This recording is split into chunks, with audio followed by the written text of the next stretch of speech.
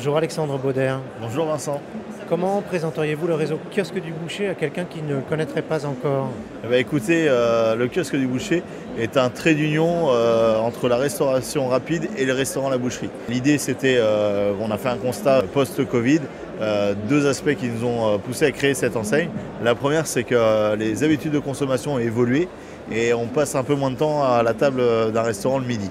Et le deuxième aspect, c'est que le service à table coûte de plus en plus cher et du coup, ça segmente un peu plus le marché des clients potentiels des restaurants La Boucherie. Donc l'idée, ça a été d'offrir à nos clients la possibilité de se restaurer à un prix plus accessible et tout en ayant une consommation qui soit nomade ou à emporter. Voilà le kiosque du boucher. On y retrouve des produits de la qualité des restaurants La Boucherie au sein du kiosque du boucher. Est-ce que vous avez réussi à vous adapter à la conjoncture actuelle? Je pense notamment à l'inflation. Ça fait partie des réponses qu'on a amenées. Effectivement, le fait d'enlever une partie du service, on est plus compétitif en termes de prix, on est plus accessible. Donc effectivement, c'est une des réponses qu'on a. La restauration dite rapide, elle est quand même plus accessible que la restauration traditionnelle à table. Et donc dans ce contexte-là, effectivement, par définition, on répond à ce problème d'inflation et de pouvoir d'achat. Comment vous prévoyez de développer ce réseau? Quels sont vos objectifs?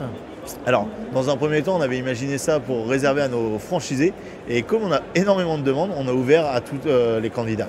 Donc l'idée, c'est de pouvoir s'implanter soit sur des parkings et des axes très passants avec le format kiosque. Et là, on est complètement autonome. Soit au travers d'implantations en centre-ville, en centres commerciaux, dans des cellules dédiées à la restauration, puisqu'il faut bien évidemment une extraction, puisqu'on cuit de la viande et on y cuit et prépare des frites également. De quels outils, de quels services et de quels moyens bénéficient les franchisés? Alors là, c'est notre expertise de franchiseur depuis maintenant près de 30 ans au sein du groupe La Boucherie, et on met notre expertise à disposition des franchisés kiosque du boucher. Donc ça va de la formation initiale, qui est un enjeu majeur dans notre métier, parce que la franchise, c'est clairement ça, c'est un transfert de savoir-faire. Donc la formation initiale, le recrutement quand il y a besoin de recrutement suivant les objectifs et les projets du franchisé, tout ce qui va être achat, la centrale d'achat, la négociation auprès des fournisseurs pour avoir des coûts compétitifs en termes de maîtrise de marge, et puis tout un service restauration, communication auprès de notre réseau de franchisés. Voilà.